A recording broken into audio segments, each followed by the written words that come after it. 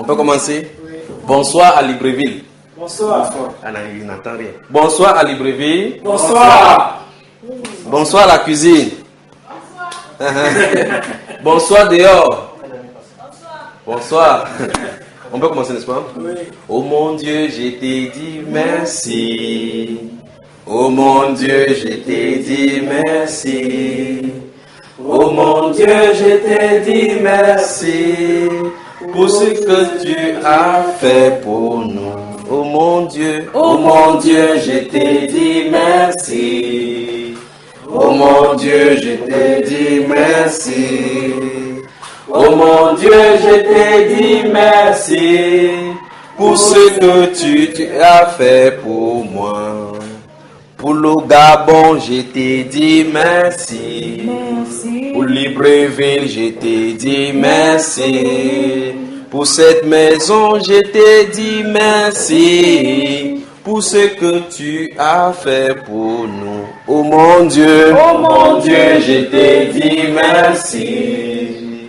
Oh mon Dieu, je t'ai dit merci. Oh mon Dieu, je t'ai dit merci pour ce que tu as fait pour nous. Pour la santé, je t'ai dit merci. Pour les enfants, je t'ai dit merci. Merci. Oh mon Dieu, je t'ai dit merci pour tout ce que tu as fait pour nous. Pour ce moment, je t'ai dit merci. Pour le frère Fulbert, je t'ai dit merci. Même pour Fabien, je t'ai dit merci. Pour tout ce que tu as fait pour nous.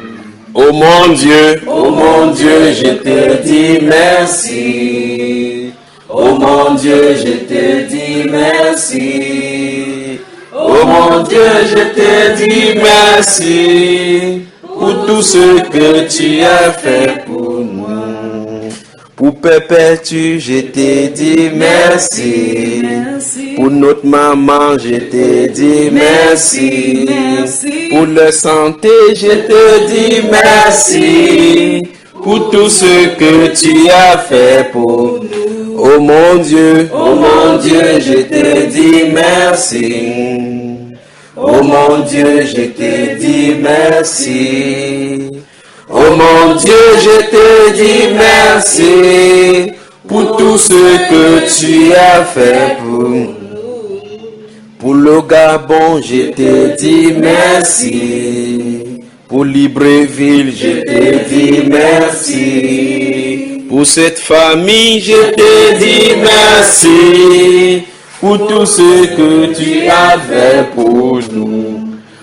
Pour frère Fabien, je t'ai dit merci. Pour sa famille, je t'ai dit merci. Pour sa santé, je t'ai dit merci. Pour tout ce que tu as fait pour nous. Pour Ovendo, je t'ai dit merci. Pour ce quartier, je t'ai dit merci.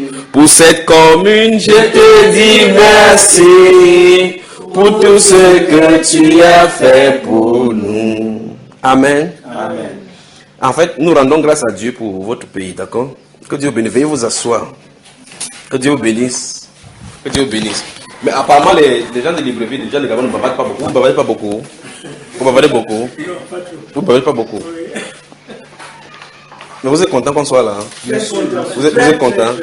Dans la maison, si vous êtes content, vous êtes tous contents. Parce que si vous êtes content, alors criez, alors Jésus, nous sommes contents. Jésus, nous sommes contents. Très contents. Que Dieu vous bénisse. Amen. Que Dieu vous bénisse. Je suis à votre service. Merci de nous avoir accueillis ici. Bon, ceux qui ont la Bible Android, on va se mettre comment? Non, pas la Bible Android ici. La Bible Android. Non, ça va. Toi, tu as la Bible, n'est-ce pas, Franck? Oui, elle a sa Bible. Ouais. Bonsoir à Libreville encore. Bonsoir. Bonsoir. Que Dieu vous bénisse, que Dieu vous bénisse, que Dieu vous bénisse. Amen. Après avoir lu, il va vous lâcher il va vous passer la main de vous poser des questions. Allons dans le livre d'Ésaïe, prophète Ésaïe. Disons. Isaiah chapter 30. Mais c'est toi qui as commencé à parler en anglais. On t'a dit que le Gabon était anglophone et francophone. Ça, c'est le Cameroun. Ça. Ésaïe chapitre 30. Ésaïe chapitre 30. Le chapitre 30 du prophète Ésaïe.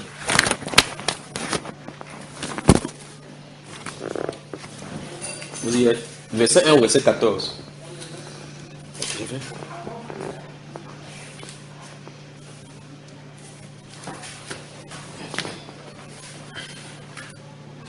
Tout le monde y est.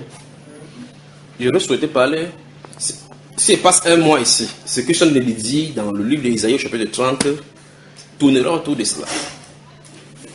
S'il passe un mois ici au Gabon, je vais parler chaque jour des choses qui concernent votre pays et le message que Dieu donne dans ce pays-ci. Ça se trouve dans Ésaïe, chapitre 30.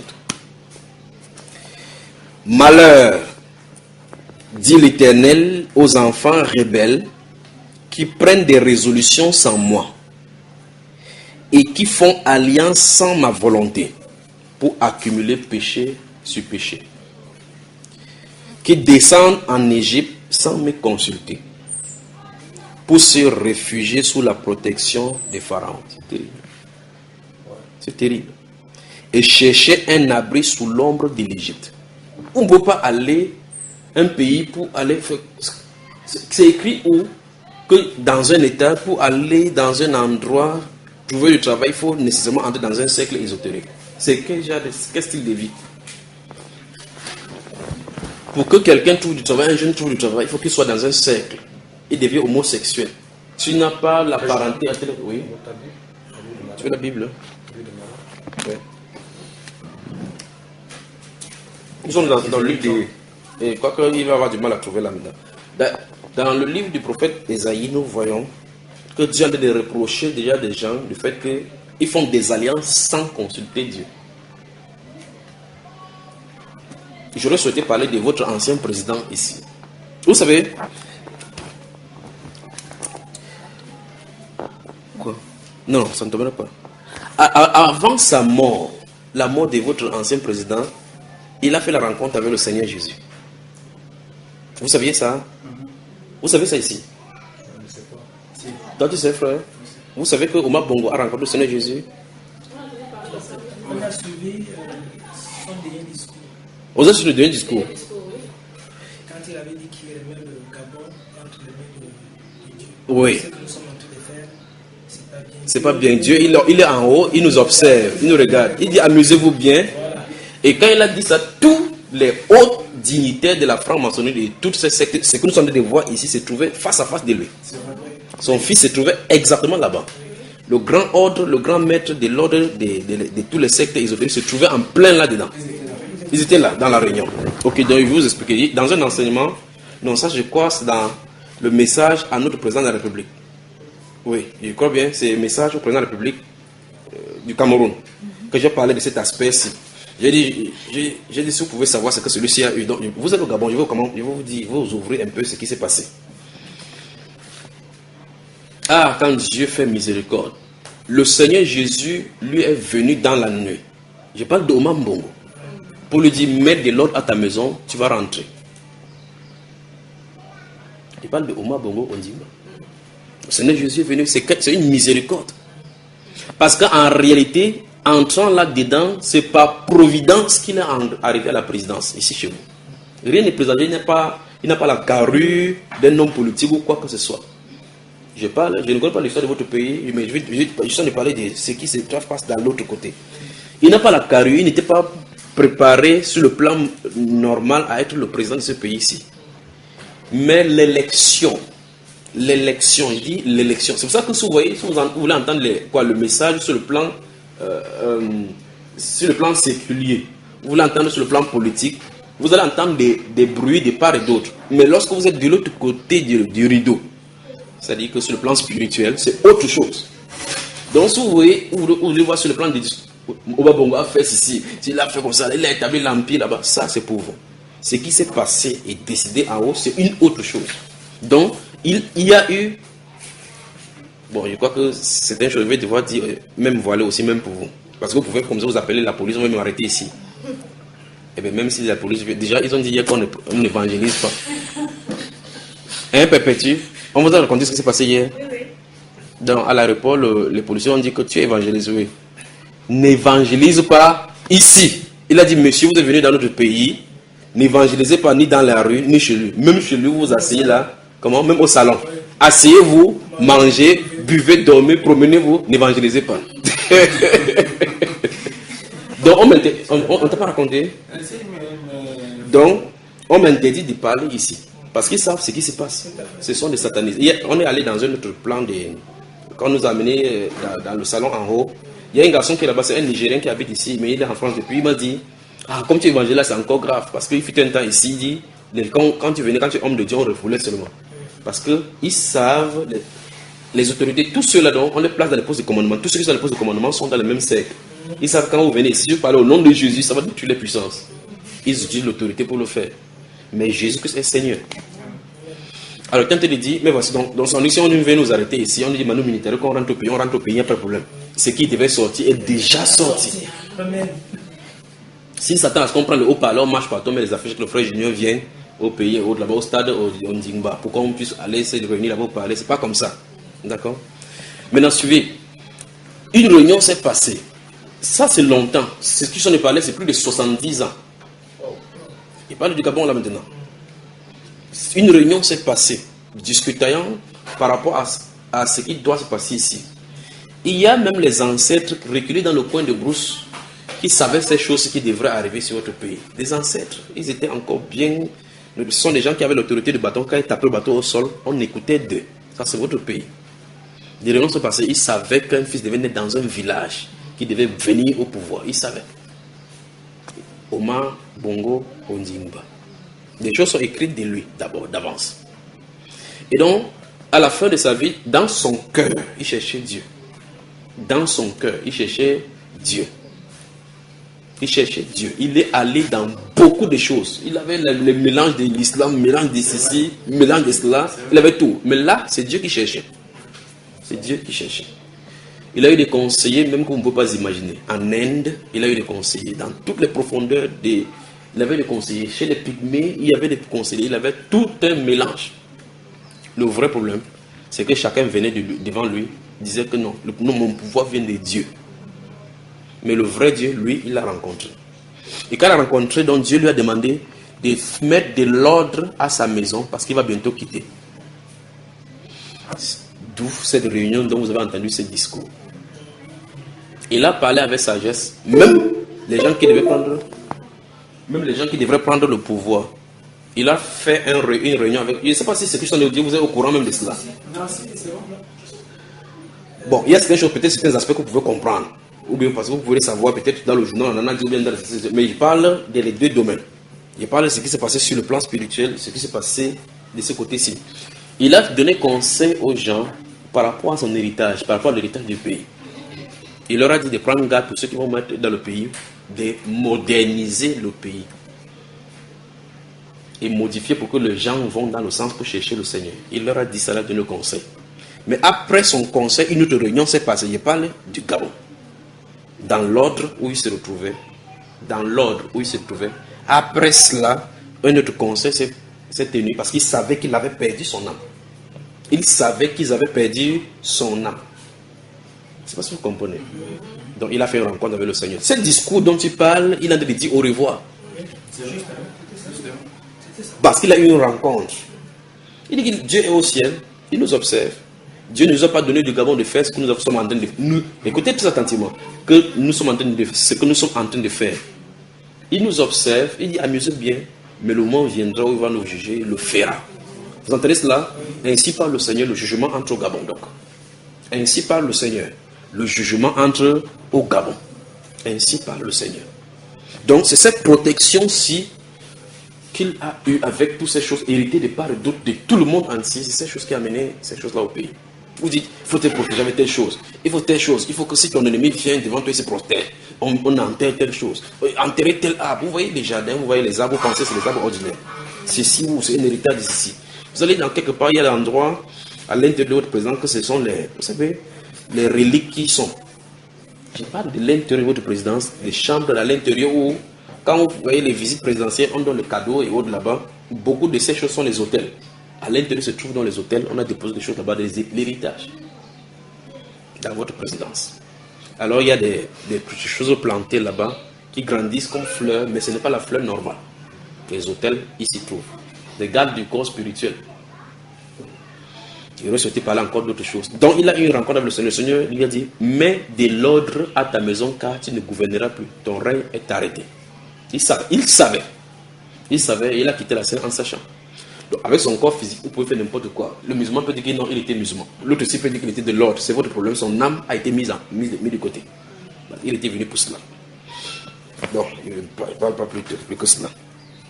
Alors, verset 30, chapitre 30 d'Ésaïe dit, malheur, dit l'Éternel, aux enfants rebelles qui prennent des résolutions sans moi et qui font des alliances sans ma volonté pour accumuler péché sur péché, qui descendent en Égypte sans me consulter pour se réfugier sous la protection du Pharaon et chercher un abri sous l'ombre de l'Égypte. C'est terrible. Il y a quelques-uns de présidents comme ça en Afrique, comme ça, qui ont eu cette grâce-là. Les présidents comme Zambien, les présidents ghanéens, les présidents nigériens, les anciens présidents nigériens, 2 ou 3, ainsi de suite, de part et d'autre. Quand je regarde ces choses, ces grâces qu'ils ont eues, je dis, miséricorde, si le Seigneur peut faire ceci pour le cas du président de mon pays. Donc Dieu reproche ici à ceux qui descendent en Égypte pour se mettre sous l'abri de Pharaon. Le Pharaon ici, c'est l'archétype même de Satan, de Lucifer, celui qui a le pouvoir, l'autorité spirituelle sur lequel les gens viennent s'abriter pour pouvoir trouver protection. Et Dieu dit qu'il reproche cela au Gabon. Je devais lire jusqu'au verset 14, mais je ne peux pas continuer parce qu'on a tout le temps pour travailler là-dessus. Dieu reproche donc la protection des Ngangans. Vous vous appelez Nganga? On fait toute une cérémonie où on fait droguer les gens avec des plantes. Les gens commencent à voir dans l'autre dimension. C'est pas normal. C'est les démons qui font entrer.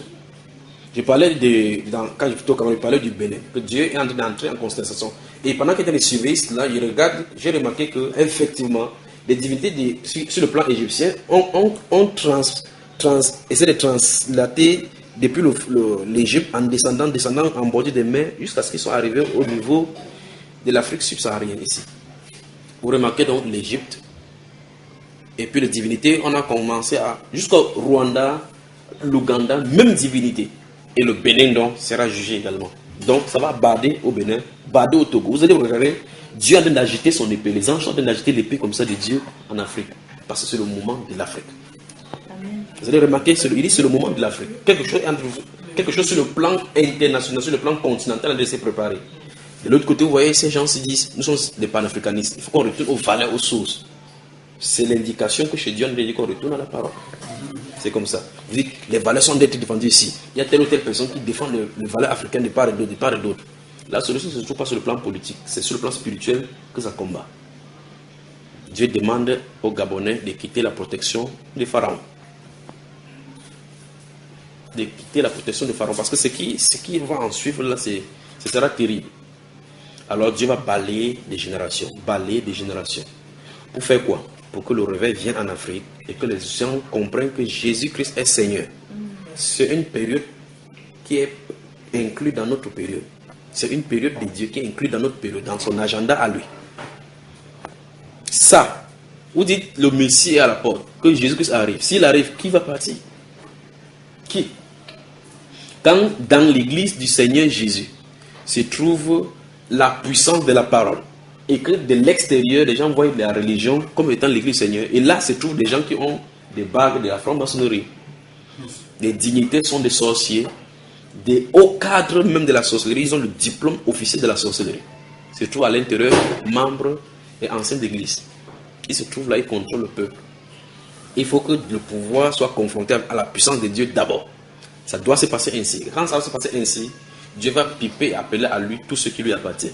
Après cela, le Seigneur fera son entrée. Donc d'abord le réveil en Afrique. D'abord le réveil. Donc c'est pour ça que nous marchons de part et d'autre pour préparer les gens à cela. Préparez-vous tout simplement. D'accord? Que le Seigneur vous bénisse. Donc souvenez-vous, vous avez noté Ésaïe chapitre 30, verset 1 à 14. Mais je ne peux pas avancer à partir au-delà du verset 3. Je ne peux pas. Je ne parviens pas.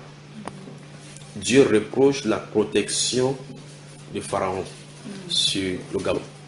Donc il faut que le Gabon retourne à son origine.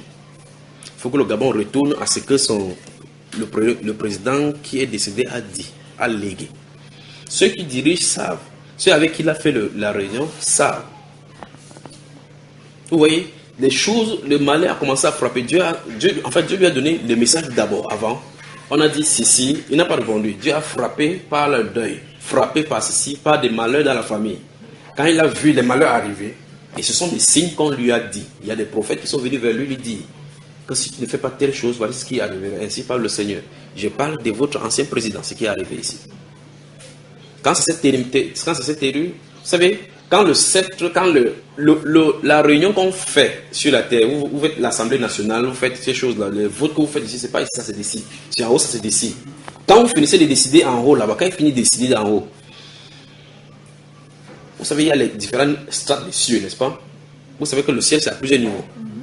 Il ne parle pas du ciel de Dieu. Le ciel de Dieu, c'est autre chose. Les cieux de dessus, c'est autre chose.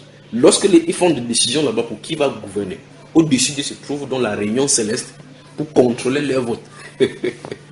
Pour contrôler leur vote. C'est la personne que Dieu veut qui vienne là-bas. Ainsi, toute autorité vient de Dieu. Donc quand Satan fait sa réunion pour dire que c'est telle personne de la franc-maçonnerie qui va être là-bas, c'est telle personne, vous dites, oh non, prenons telle position, telle personne, il a des idéaux bien, il est très bien.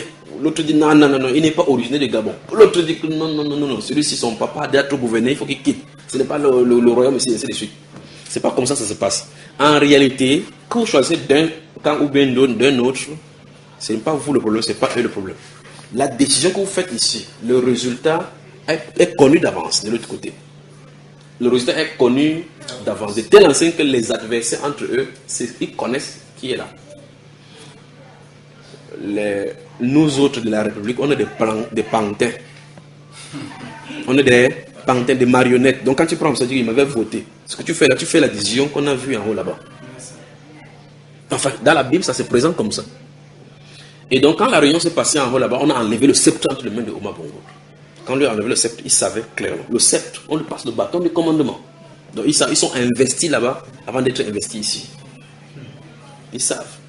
Ce qu'il parle, ce n'est pas seulement pour le cadre de votre pays, c'est comme ça partout. Oui. Et donc, quand on lui a dit, quelqu'un s'est présenté devant lui, dit, voici, mets de l'ordre à ta maison parce que tu vas quitter. Vous savez, c'est quand ces personnes se présentent et qu'il a autre source de puissance, il se dit peut-être qu'avec cette puissance, il peut combattre celui-ci. Celui-ci fait seulement son entrée, il donne l'ordre, il quitte. Vous comprenez ce que ça veut dire? Alors que l'autre, il doit faire des sacrifices et autres là, il voit bien des choses, des protections, puis il vient. Vous tirez la balle sur lui, ça n'entre pas. Vous tirez la balle sur lui, ça n'entre pas. Parce qu'il y a quelqu'un au-devant de lui qui le protège. Ça, c'est le démon. Mais celui-ci, cet homme-ci il est sur son canapé, dans le palais, et c'est le président là-bas, ainsi par le Seigneur, met de l'ordre à ta maison. Vous savez, vous comprenez ce que ça veut dire? Et là, il s'est dit, est-ce que j'ai rêvé ou je n'ai pas rêvé? Ce n'est pas le rêve. Il est vraiment venu vers lui. Mets de l'ordre à ta maison. Car tu ne vas plus régner. Et puis quand il sort, il dit non. Et puis tous les autres voix de Pharaon disent non, c'était un ennemi. Ça, c'est un combat. Ce n'est pas le moment. Mais le fil de sa vie était coupé déjà de l'autre côté. C'était coupé. Et donc là, on lui dit, mets de l'ordre à ta maison. Si ce n'est pas la grâce du Seigneur Jésus, c'est qu'il ne peut pas arriver à ce niveau-ci. Et donc là, on a dit, si tu ne le fais pas, deuxième fois, voici les malheurs qui arrivent dans sa famille. Et donc les malheurs ont commencé à arriver dans sa famille. À partir de là, il a compris que c'était la réalité. Parce que les protections sur lesquelles il ne pouvait rien apporter. Personne ne savait cela, sinon lui. Vous comprenez ce que je veux dire? Si vous devez connaître l'histoire de votre pays, je dis seulement ici les répercussions que vous avez. Vous pouvez voir sur le plan politique que telle chose lui est arrivée, telle chose lui est arrivée. Vous ne savez pas d'où c'est venu. Et donc là, il a donné le conseil à ses enfants. Et là, il y a même un de ses enfants qui l'a éloigné de cette histoire, c'est que ne mets pas la main dans cette histoire-ci. Ce n'est pas pour toi. Mets-toi à l'abri. Il y a même des enfants, peut-être que vous ne connaissez même pas que ce sont des enfants. Le Gabon. Donc, et quand il a fait cela, il est rentré maintenant, il a demandé pardon à Dieu. La personne qui se place devant le discours pour faire ce discours-là, le discours dont vous parlez tout à l'heure, si vous avez vu ce discours, la personne qui se place pour faire ce discours, c'est une personne renouvelée. C'est une personne renouvelée. Il est en train de dire officiellement au peuple gabonais, j'ai échoué en vous conduisant dans une voie autre. Mais avec la voix de la sagesse diplomatique, il a dit rectifions le tir. Rectifier le tir. Vous avez l'autorisation maintenant pour rectifier le tir. Mais ce qu'il a reproché, on a fait la même chose encore maintenant. Quand c'est comme ça, vous pouvez savoir clairement ce qui arrive sur le jugement. Vous comprenez ce qu'on a dit, n'est-ce pas? Si vous lisez la Bible dans le livre de 1 Roi au chapitre 11, vous allez noter, je vais expliquer cet état des choses maintenant et puis je vais vous laisser dans cette première séance. Et puis dans la deuxième séance, on va prendre les questions et les réponses.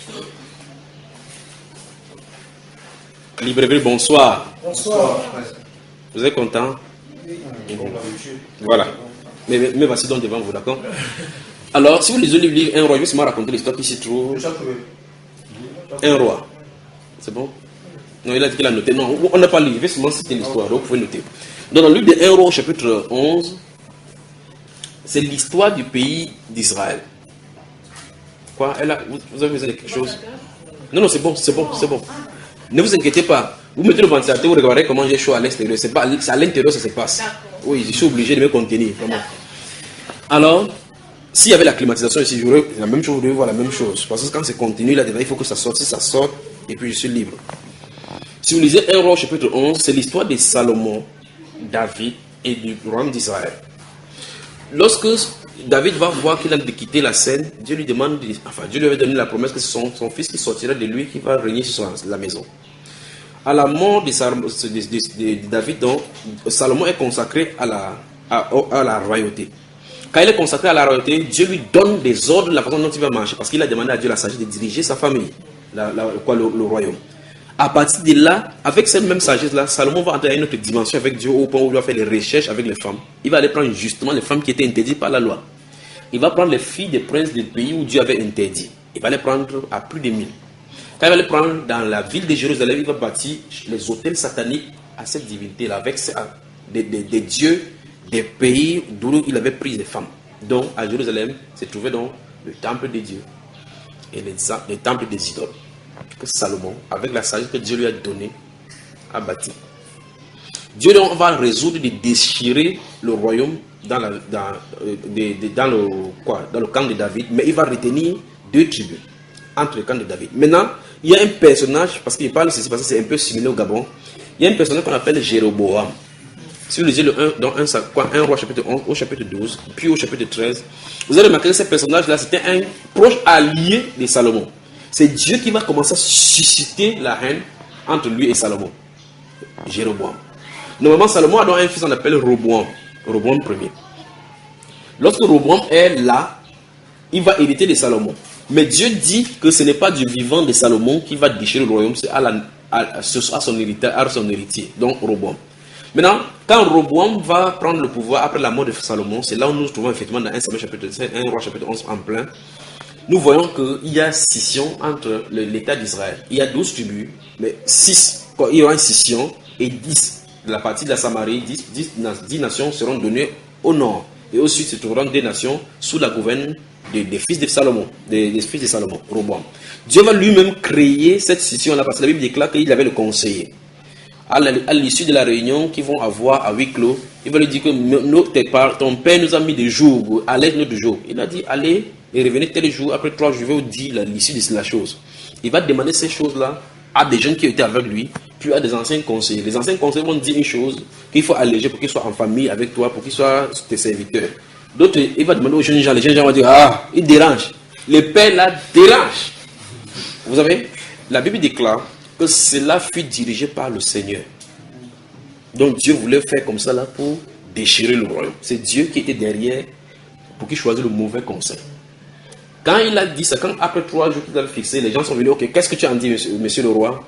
Il dit que, comme votre père, vous avez dit que mon père a fait quoi? Il a mis la corvée, vous doublez la corvée. Les gens disent, ok, qu'est-ce que nous avons encore avec le fils de David? À cet instant-là, a eu lieu la scission. Maintenant, ils ont pris pour roi Jéroboam. C'est le Jéroboam qui symbolise l'état de votre pays maintenant. Après que Jéroboam ait reçu le pouvoir, il a fait exactement la même chose que Dieu reprochait au roi précédent. Or, il avait été rencontré par le prophète Akija. Quand le Seigneur a envoyé le prophète Akija, à le rencontrer sur le chemin là-bas dans la route, alors qu'il rentrait, Il a regardé comme ça, il a dit ainsi parle le Seigneur. Il a pris son vêtement, son manteau, il a déchiré en 12, il a donné 10 parts. Ainsi parle le Seigneur, il déchire le royaume. Ça c'est longtemps. Longtemps avant que ça s'accomplisse dans sa vie. Je déchire le royaume et je le donne à David. Je le donne 10 parties. Il a donné le manteau. Quand le problème va se poser entre lui et Salomon, il va fuir, aller en Égypte. Aller se réfugier en Égypte en attendant que la mort de Salomon. Quand Salomon va mourir, non, il va remonter, revenir au pays. Mais une prophétie lui avait dit que tu seras roi sur 10 pays. Quand il a dit cela, le pays a été stable. Quand il a dit cela, il n'y avait pas de problème dans le pays que les gens pouvaient savoir. Quand il a dit cela, le royaume était uni. Quand il a dit cela, l'institution était gardée. Quand il a dit cela, la chose politique semblait vivante, mais Dieu avait dit quelque chose au préalable. C'est ce que Dieu dit qui est vrai. Quand il dit dans le pays, même si vous avez la démocratie, c'est comme au Cameroun, j'ai parlé que le pays ne sera pas divisé, mais il y aura la modification de l'institution. C'est terrible ce qui va arriver. C'est terrible parce qu'il y a des instruments mis sur pied pour tenir. Ça, c'est pour le Cameroun. Donc, quand quelque chose est dit, tout ce qu'ils font sur le plan politique, au-delà, ils sont en train de faire. Le résultat, ce sera ce qui est dit dans l'esprit. Jéroboam est venu dans le pays. Maintenant, le prophète lui dit, dans le passé, que tu vas avoir 10 pays. Parce que le royaume de David a été désobéissant en allant vers des divinités étrangères. Vous voyez, on lui donne les reproches, le pourquoi on va déjouer. C'est quand même terrible qu'on vient te dire, mon cher, je vais te donner le pays pour que tu gouvernes. Je te donne ceci parce que j'arrache ça de la main de cette personne, c'est parce qu'ils ont fait la magie dans le pays. Et on te dit que c'est à cause de la magie qu'on est en train d'enlever le pays entre les mains de celui-là, on te donne. Et puis tu vas au pays, tu fais la même chose. N'est-ce pas bizarre, frère? Comment Dieu peut enlever le royaume entre les mains de quelqu'un? Il lui dit, mets de l'ordre à ta maison. Il met de l'ordre, il leur dit, fais attention, j'ai mal fait. Ce qu'il a dit, le discours qu'il a fait, il a eu des groupes, des réunions, qu'il a travaillé. Il n'est pas allé comme ça. Il leur a donné ordre, il leur a dit ce que son vous dit. S'ils sont au pouvoir, ils savent de quoi ils sont de parler. Quand il faisait la réunion, je n'étais pas là, mais mon père leur a parlé. Vous comprenez cela? Alors, lorsqu'il dit, prends garde, si le royaume entre tes mains, fais ceci, et la personne monte, va encore prendre plutôt de protection du pharaon. Vous pensez qu'est-ce qui va arriver sur le jugement? Le doigt de Dieu tendu contre le Gabon. Que Dieu vous bénisse. Amen. À tout à l'heure. Mais Dieu ne nous a pas donné le droit de faire du Gabon ce que nous sommes en train de faire. Il nous observe, il dit amusez-vous, mais le jour où il voudra aussi nous sanctionner, il le fera. J'ai pour habitude de dire Gabonais nous sommes, Gabonais nous resterons. Pensons à notre pays, pensons à notre jeunesse. Nous croyons en Dieu.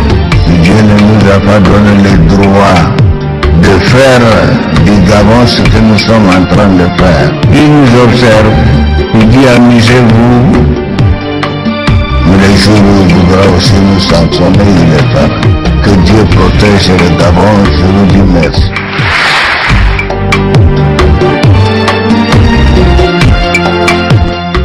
Mais Dieu ne nous a pas donné le droit de faire du Gabon ce que nous sommes en train de faire.